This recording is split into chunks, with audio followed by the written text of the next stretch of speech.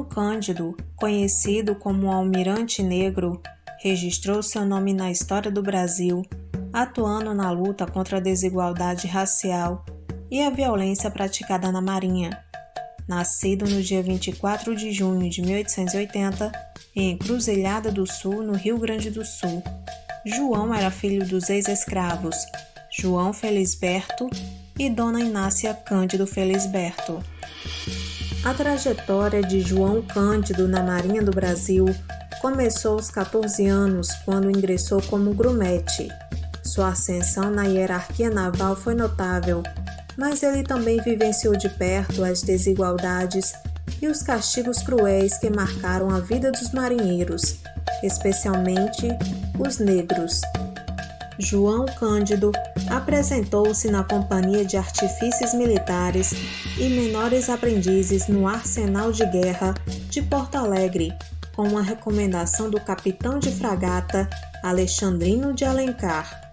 Em 1895, João Cândido conseguiu transferência para a Escola de Aprendizes de Marinheiros de Porto Alegre e, em dezembro do mesmo ano, como grumete, para a Marinha do Brasil, na cidade do Rio de Janeiro. Durante o período em que esteve na ativa na Marinha, João Cândido viajou por vários lugares do Brasil e também por muitos países do mundo. Durante suas primeiras viagens como marinheiro, João Cândido recebeu instruções sobre os procedimentos necessários para conduzir um navio de guerra, e após seu treinamento, ele foi designado para treinar os marinheiros novatos. Em 1908, centenas de marinheiros brasileiros foram enviados para a Inglaterra, com o objetivo de acompanhar a construção de navios de guerra encomendados pelo governo brasileiro. No ano seguinte, João Cândido também foi enviado à Inglaterra, onde tomou conhecimento sobre o motim do encouraçado Batokian, realizado pelos marinheiros russos em 1905, durante a Guerra Russo-Japonesa. Os marinheiros russos se uniram para reivindicar melhores condições de trabalho, alimentação e fim dos castigos físicos e humilhações praticados pela Marinha Russa.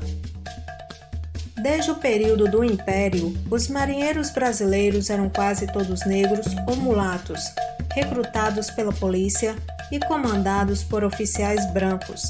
De acordo com o seu código disciplinar, não podiam se casar e as faltas graves eram punidas com 25 chibatadas, no mínimo.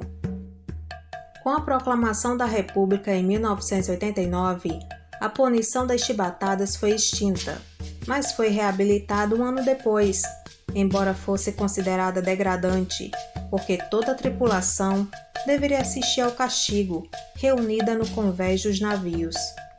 O clima de revolta e insatisfação gerado por causa da baixa remuneração, a má alimentação e principalmente pelos castigos físicos e humilhações crescia entre os marinheiros brasileiros, motivando-os a lutar por melhores condições de vida e trabalho. Após ter conhecimento sobre o motim realizado pelos marinheiros russos, João Cândido e outros marinheiros criaram um comitê clandestino para organizar uma revolta. A ideia era formar comitês em outros navios e realizar um motim no dia 25 de novembro de 1910, 10 dias após a posse do presidente Hermes da Fonseca. Contudo, um acontecimento antecipou a ação dos revoltosos. No dia 16 de novembro, o marinheiro Marcelino Rodrigues Menezes foi punido com 250 chibatadas por ter levado cachaça a bordo e por ferir um cabo à navalha. Marcelino acabou desmaiando por causa das chibatadas, mas o castigo continuou, o que revoltou a tripulação. Na noite do dia 22 de novembro, quando chegaram à Baía de Guanabara, os marinheiros do encouraçado Minas Gerais mataram 6 oficiais, entre eles o comandante Batista das Neves e um 7º oficial, o 2º tenente Álvaro Alberto, que mesmo ferido, conseguiu escapar para o encouraçado São Paulo e avisou os outros oficiais que conseguiram fugir para a terra firme. Os marinheiros tomaram o controle inicialmente de 6 navios, mas concentrou suas guarnições em 4, entre eles os 2 encoraçados fabricados na Inglaterra, considerados mais potentes, Minas Gerais e São Paulo, mais o cruzador Bahia e um velho navio de guerra. Os revoltosos conseguiram poder militar maior do que a própria Marinha brasileira. Os amontoados, como eram chamados marinheiros revoltosos, foram liderados por João Cândido, que enviou uma carta ao governo, exigindo o fim do que eles chamavam de escravidão praticada pela Marinha. Por 4 dias, os navios de guerra apontaram seus canhões para a capital federal.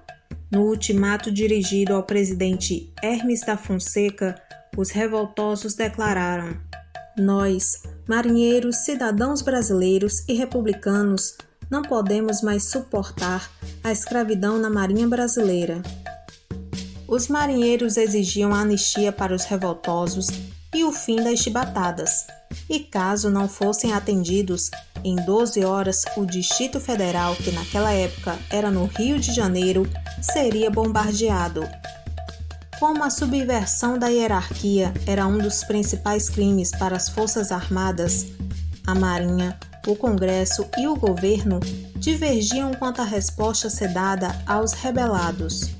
A incapacidade de derrotar o motim ficou evidente quando, no dia 24 de novembro, 2 embarcações da Marinha foram rechaçadas pelos amontoados, que também bombardearam as instalações da Marinha na Ilha das Cobras, disparando contra o Palácio do Catete, que era a sede do governo federal. O deputado e capitão de guerra e mar José Carlos de Carvalho Júnior tentou negociar com os marinheiros rebeldes, mas a tentativa foi infrutífera e no dia seguinte, 25 de novembro, o ministro da Marinha, almirante Joaquim Marques Batista Leão, determinou que os navios dos revoltosos deveriam ser postos a pique, sem medir sacrifícios. Já o governo e o Congresso não concordavam com a ação do almirante. Rui Barbosa, deputado e candidato à presidência da República, derrotado por Hermes da Fonseca, considerava os castigos físicos uma ação abusiva após a abolição da escravatura e defendia a anistia dos marinheiros rebeldes. No dia 26 de novembro, o presidente Hermes da Fonseca declarou que os castigos físicos estavam abolidos na Marinha e que os revoltosos que se entregassem seriam perdoados. Após a declaração presidencial, as armas foram depostas e as embarcações devolvidas no dia 27, terminando assim a revolta da chibata. Olá, meus queridos companheiros, dando uma paradinha bem rápida aqui no vídeo para pedir o seu like e pedir para que você se inscreva no canal. Desse modo você estará ajudando o canal a crescer e também acione o sininho de notificações, assim você sempre receberá as notificações de vídeos novos. No entanto, pouco tempo depois, surgiram boatos de que o exército iria se vingar dos marinheiros revoltosos. Isso provocou a eclosão de um novo motim entre os fuzileiros navais, ligados à Marinha, no quartel da Ilha das Cobras, no Rio de Janeiro, no dia 9 de dezembro de 1910. Esse novo motim não tinha ligação com a revolta da chibata, exceto que na ilha estavam algumas dezenas de marinheiros presos que participaram da revolta. O segundo motim não tinha exigências e nem organização. Sua motivação baseava-se nos boatos de que o exército atacaria a qualquer momento os navios e o batalhão naval. O segundo motim foi rapidamente reprimido pela Marinha e o governo, com um bombardeio implacável sobre pouco mais de 200 de marinheiros amontoados na Ilha das Cobras. Isso serviu de justificativa para Hermes da Fonseca demandar e obter do Senado a aprovação da lei marcial. João Cândido chegou a ordenar tiros de canhão sobre os marinheiros fuzileiros amontoados na Ilha das Cobras, para provar sua lealdade ao governo, mas de nada adiantou. Com o estado de sítio, centenas de marinheiros foram dados como mortos ou desaparecidos, e 2.000 marinheiros foram expulsos da marinha.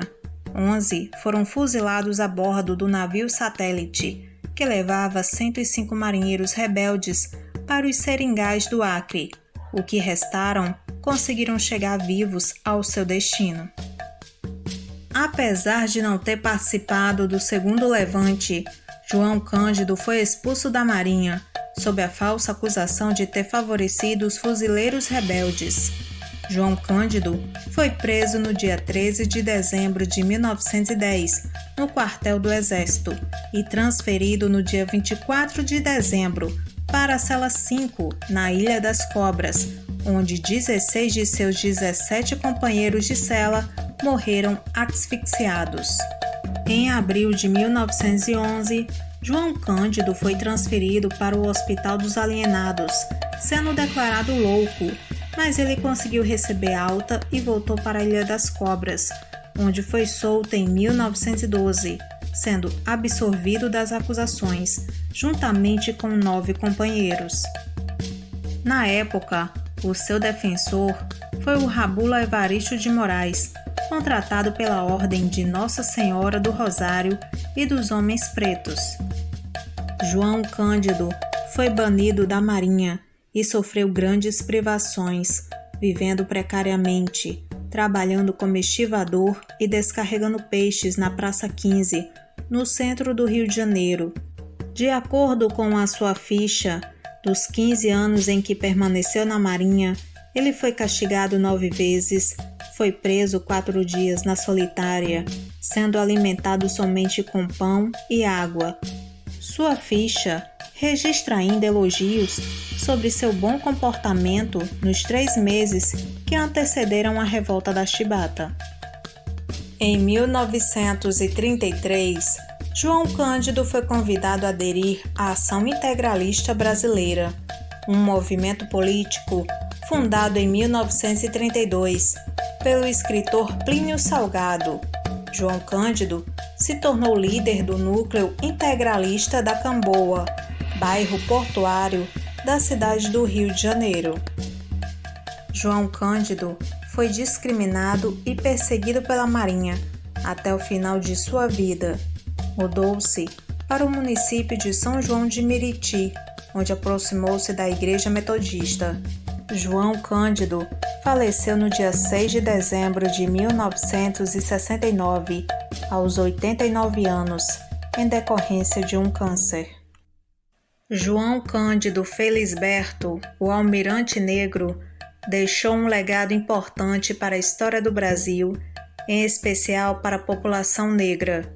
João Cândido se tornou um símbolo de luta contra a opressão e a discriminação, e sua história nos ensina sobre a importância da justiça, igualdade e resistência. Sua trajetória de vida foi marcada por desafios e superações. Nascido em uma família de ex-escravizados, ele enfrentou o racismo e a desigualdade desde a infância. Sua experiência na Marinha, onde testemunhou e sofreu com os castigos físicos e a discriminação, o motivou a liderar a revolta da Chibata. Após a revolta, João Cândido foi expulso da Marinha e enfrentou dificuldades financeiras e perseguições políticas. No entanto, sua luta e seu legado continuam vivos na memória da população negra até os dias de hoje. O legado de João Cândido nos convida a refletir sobre a importância da luta por justiça e igualdade e sobre a necessidade de combater o racismo e a discriminação em todas as suas formas.